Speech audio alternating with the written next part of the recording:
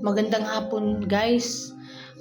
April 15 ngayon, 2026, Miyerkules. Ngayon guys, nagtrending kasi, may babahagi ako sa inyo, nagtrending or nag-viral yung video ko sa YouTube channel ko na about sa Buena Fortuna na nabili ko last year, no? Pero guys, nung nabili ko siya, after few days guys, nagkaroon nga ako ng sales doon sa aking mga paninda. O kung naano nyo, panuorin nyo yung YouTube channel ko na nagkaroon ako ng sales ng 3 beses na malaki na sales na naubos yung paninda ko talaga nung araw na yun.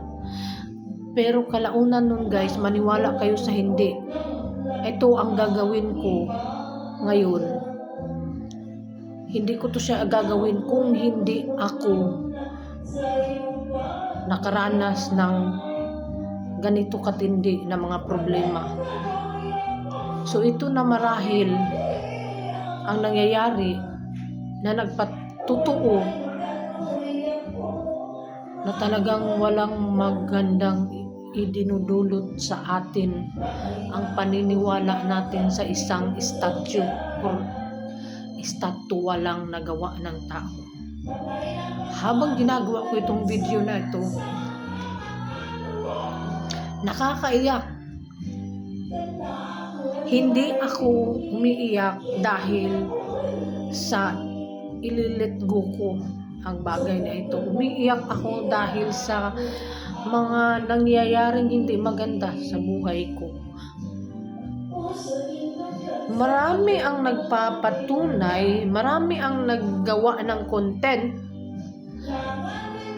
around the world na or local and international na hindi maganda ang bagay na ito simula nung binili nila.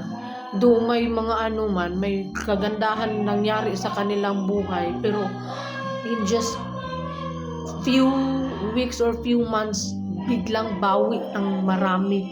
Biglang bawi yung mga magandang blessings na dumating daw sa kanila. Pero binawi. At pagbawi niyan, tuloy-tuloy na ang bagsak. Ganun ang nangyari sa akin guys. Hindi lang negosyo ang bagsak, kundi pati ang lahat apektado, emosyonal, financial, spiritual. Alam mo yun, yung relasyon. Mawala na sa akin lahat yung pera. Mabroken na ako, madrain na ako lahat sa pera. Wag lang akong madrain sa aking isip at sa puso. Alam mo yung yung nangyari sa akin na wala. Nasira yung relasyon ko. 'Di ba? Yung ganun. Kahit na anong pilit kong gawin, nasira sa pinakamababaw na dahilan. Tapos sunod-sunod yung kamalasan. Alam mo yung walang-wala kang madudukot. Ganito ang nangyari sa akin ngayon. Nag-a-apply ako ng trabaho pero wala. Ang hirap. Wala nang negosyo. Walang trabaho. Kaya ito ngayon, ile-let go ko siya. Pero alam nyo ba guys, ang pinaka nakakakilabot, habang kinuha ako itong basahan, kanina pa ako galing ako ng apply ng trabaho. Tapos nabasa ko yung mga comments doon sa nag-viral ko na video sa YouTube, na may nag-comment bigla doon na hindi ko naman binuksan talaga, hindi ko pinanood yung video ko na yun. Bigla lang nag-pop up sa screen ko na may nag-comment sa video ko. Kaya inopen ko. Yun ang nakita ko, nabasa kong comment na itapon ko daw itong si Buena Fortuna. Pero nung dumating ako dito sa bahay, habang mga 1 oras na pagdating ko sa bahay, habang pinapanood ko yung sinabi doon sa comment na na-feature na daw ito sa Kapuso mo Jessica Soho, KMGS at saka J Tarot. Na yun nga, may mga ganitong kamalasan, hindi siya buenas. Tapos nung desidido na ako after kong napanood yung sa video ng YouTube, kinuha akong basahan kasi babalutin ko siya. Biglang grabe pangimbawt sa akong balahibo. Alam mo yung hindi ako matatakotin na tao. Pero hanggang ngayon, tingnan nyo, nanindig mga balahibo ko. Hindi ko alam kung anong meron. Guys, hanggang ngayon, tingnan.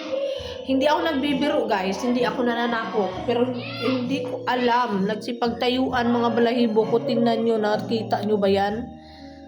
Ayan, oh. Hindi ako nananakot at hindi ako matatakotin na tao.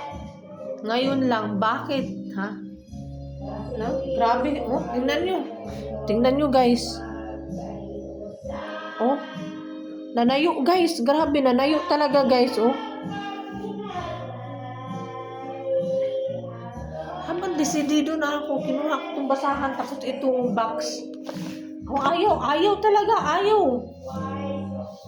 Grabe, oh, tingnan nyo, guys. Grabe, hindi. Ayan, oh, tingnan nyo, parang nag-chicken skin ako, oh. Hindi ko alam anong meron sa kanya. Nanayo ang balahibo ko hanggang dito sa batok ko. Wala.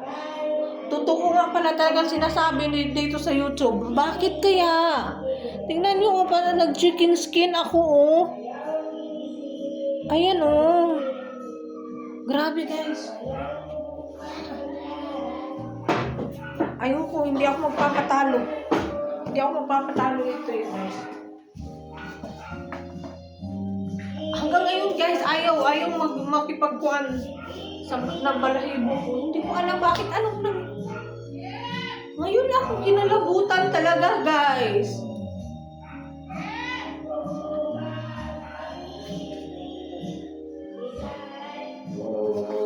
Wala. Tutuloy ko talaga to. Talagang ang Panginoon lang, ang Espiritu ng Panginoon lang ng Papa Jesus ang bugtong na paniniwalaan natin.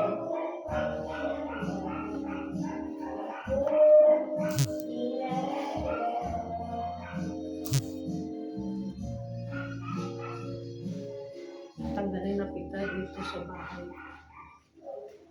Umuwi ka kung saan ka nanggaling. Dalahin mo lahat ng pamalasan.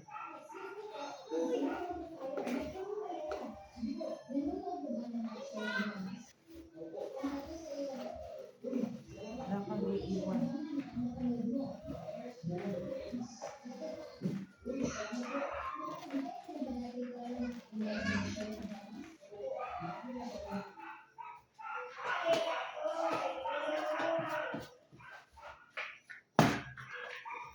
Ito na, guys, itatapon mo na siya. Itatapon ko na siya, guys. Ang Panginoon lang ang dapat natin talagang paniwalaan. Huwag tayong basta-basta magpapabudol dito sa online world ng mga ganitong statue kasi wala siyang magandang maidudulot sa buhay natin. No?